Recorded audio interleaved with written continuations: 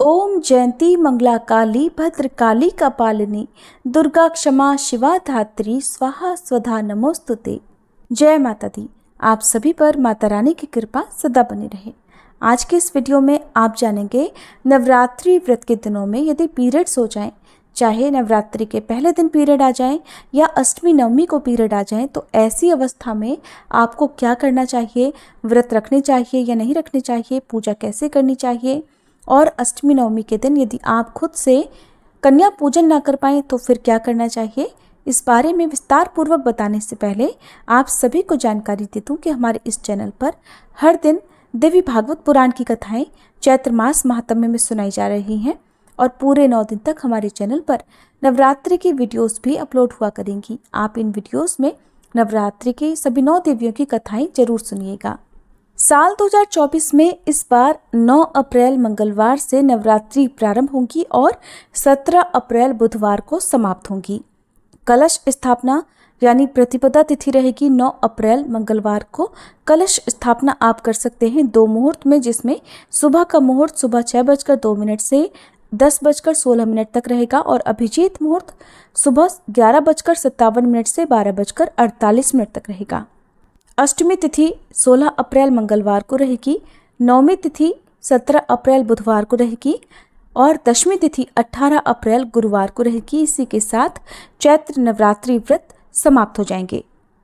इस बार नवरात्रि की सभी तिथियां पूरी हैं, कोई भी तिथि कम या अधिक नहीं है, इसलिए 9 दिन की पूजा का पूरा समय मिलेगा। नवरात्रि के पहले दिन माँ शैलपुत्री, दूसरे दिन माँ ब्रह्मचारिणी, तीसरे दिन माँ चंद्रघंटा, चौथे दिन माँ कूष्मांडा, 5वें दिन माँ स्कंद माता, छठे दिन माँ कात्यायनी, 7वें दिन माँ कालरात्रि, 8वें दिन माँ महागौरी और 9वें दिन माँ सिद्धिदात्री की पूजा की जाती है। नवरात्रि के 9 दिन तक माँ भगवती के 9 अलग अलग रूपों की पूजा की जाती है और इस दौरान शुद्धता का, पवित्रता का ध्यान रखना बहुत आवश्यक होता है। जिस जगह पर मंदिर में या जहाँ पर भी आपने चौकी स्थापित की हुई है, जहाँ पर आप 9 दिन की पूजा कर रहे हैं, वहाँ पर कोई भी व्यक्ति अशुद्ध अवस्था में नहीं जाना चाहिए। मंदिर की किसी भी सामग्री को स्पर्श नहीं करना चाहिए। 9 दिन तक सभी भक्त पूजा उपवास करते हैं। ऐसे में समस्या तब आती है जब महिलाओं या कन्याओं को व्रत रखते समय पीरियड्स हो जाते हैं, क्योंकि हमारे सनातन धर्म में पीरियड्स की अवस्था में मंदिर की मूर्तियों को नहीं छुआ जाता है, पूजा पाठ नहीं की जाती है। लेकिन इस दौरान आप मानसिक पूजा कर सकते हैं। आप व्रत बीच में ना तोड़ें। आप यदि पहले दिन पीरियड्स से हो रहे हैं, पहले दिन यदि आपको नवरात्रि का उपवास रखना है तो भी आप सारे उपवास रख सकते हैं, लेकिन आप इस दौरान खुद से पूजा ना करके अपने परिवार के किसी भी सदस्य से पूजा करवा सकते हैं। परिवार में कोई सदस्य ना हो, आप घर से बाहर अकेले रहती हो, तो ऐसी स्थिति में अपने आसपास की किसी छोटी कन्या से आप पूजा करवा सकती हैं या आप किसी की भी मदद पूजा करते समय ले सकती हैं। खुद से आपको किसी भी पूजन सामग्री को स्पर्श नहीं करना चाहिए। पहले दिन यदि आपको पीरियड्स हो जाते हैं तो आप कलश की स्थापना खुद ना करें। यदि कोई भी कलश की स्थापना करने वाला ना हो तो आप बिना कलश की स्थापना किए भी मानसिक पूजा कर सकते हैं। आप ऐसे में सुबह स्नान करें, मंदिर से थोड़ा सा दूर बैठकर मन में आप माँ भगवती के प्रथम स्वरूप का ध्यान करें। जिस भी दिन आपको पीरियड्स हो रहे हो उस दिन जिन भी देवी की पूजा की जाती हो आप उनका मन में ध्यान करें। फिर मन से आप पूजा का भाव करें। जैसे आप मन से दीप जला रहे हो, मन से माता रानी को पुष्प अर्पित कर रहे हो, मंत्रों का जाप आप मन में कर सकते हैं। आप मोबाइल के जरिए, इंटरनेट के जरिए माता भगवती की पूजा कर सकते हैं, कथाएं पढ़ या सुन सकते हैं, आरती भी आप मन से गा सकते हैं। पीरियड्स के दिनों में आप सुबह और शाम इसी प्रकार मानसिक पूजा माँ भगवती की करते रहें। यदि आपको अष्टमी या नवमी के दिन पीरियड्स हो रहे हों, आपने पूरे उपवास रखे हों और अब आपको कन्या पूजन करना हो या फिर कलश विसर्जन यदि आपको करना हो, तो आपको क्या करना है ये भी आप जान लीजिए। यदि आप कन्या पूजन करना चाहते हैं तो ऐसे में भी आप खुद से माता रानी के लिए भोग ना बनाएं। कोई भी पूजन सामग्री को फिर से मैं आपको बता दूं कि स्पर्श ना करें। आप इसके लिए भी किसी अन्य व्यक्ति की मदद ले सकते हैं, उनकी सहायता से आप माता रानी के लिए भोग तैयार करवा सकते हैं। फिर भी यदि ऐसा कोई भी व्यक्ति, कोई भी महिला, कोई कन्या आपको ना मिले तो फिर आप कन्या पूजन अष्टमी या नवमी के दिन ना करें। यदि आप कलश विसर्जन दशमी तिथि के दिन कर रहे हैं, कोई व्यक्ति कलश विसर्जन करने वाला ना हो, किसी का सहयोग आपको ना मिल पाए, तो फिर आने वाली जो चैत्र पूर्णिमा है उसमें आप कन्या पूजन भी कर सकते हैं और उस दिन आप कलश का विसर्जन भी कर सकते हैं।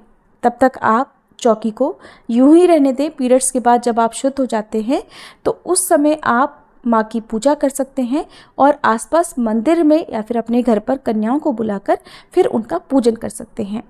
ध्यान रखें, अशुद्ध अवस्था में आपको खुद से कन्या पूजन नहीं करना चाहिए। इस दौरान आपको एक बात का ध्यान रखना है कि अगर आपने नवरात्रि के उपवास रखे हैं, आपको अंतिम दिनों में पीरियड्स हो जाते हैं, आप कलश विसर्जन, कन्या पूजन नहीं कर पाते हैं, तो आप चैत्र पूर्णिमा तक केवल शुद्ध सात्विक भोजन करें।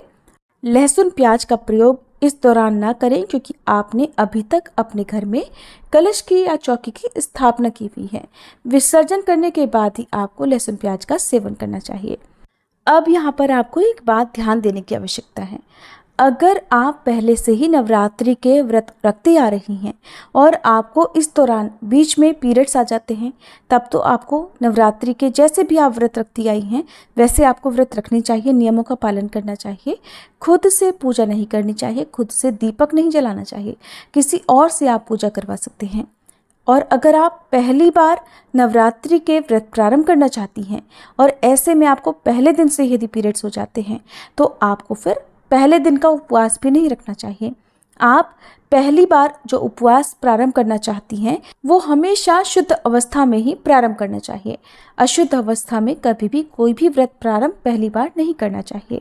अगर नवरात्रि के बीच के दिनों में आपको पीरियड्स हो जाते हैं, उससे पहले आप पहले दिन से ही चाहे अखंड ज्योत जला रहे हों या श्री दुर्गा सप्तशती की पुस्तक पढ़ रहे हों, आप कोई भी धार्मिक पुस्तक का पाठ कर रहे हों, तो आप ऐसी अवस्था में भूल कर भी धार्मिक पुस्तकों को ना छुएं। आप मोबाइल के जरिए इन कथाओं को, श्री दुर्गा सप्तशती के पाठों को सुन सकते हैं। कोई भी मंत्र का जाप आप मानसिक रूप से कर सकते हैं। मन से जितनी भी पूजा की जाती है वो माता रानी जरूर स्वीकार करती हैं।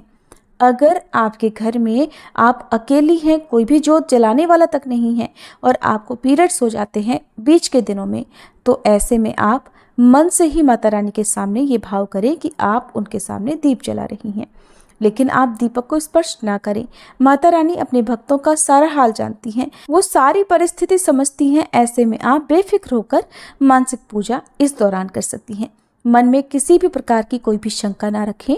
यदि आपने ज्वारे बोए हुए हैं, ज्वारे में जल छिड़कना हो तो भी आप खुद से जल बिल्कुल भी ना छिड़कें और आप ज्वारों का जो भी विसर्जन है वो भी कलश के साथ ही विसर्जन करें, चाहे आपको चैत्र पूर्णिमा तक इंतजार ही क्यों ना करना पड़े। ये थी आज की वीडियो। उम्मीद है जानकारी आपको पसंद आई होगी। पीरियड्स की अवस्था में हमारे धर्म में इसलिए कोई भी पूजा पाठ करने के लिए मना किया जाता है, कोई भी भारी वस्तु उठाने से, कोई भी मेहनत वाला काम करने से इसलिए मना किया जाता है क्योंकि ये जो दिन होते हैं ये किसी भी कुंवारी कन्या के लिए, किसी भी विवाहिता के लिए थोड़े कष्टकारक हो सकते हैं। इस दौरान पूरी तरह से आराम करने की सलाह दी जाती है। हालांकि सबके लिए ऐसा कर पाना संभव नहीं है, इसलिए आप अपने शरीर को ध्यान में रखते हुए, अपनी शारीरिक क्षमता को ध्यान में रखते हुए ही पूजा पाठ के नियमों का या उपवास के नियमों का पालन करें।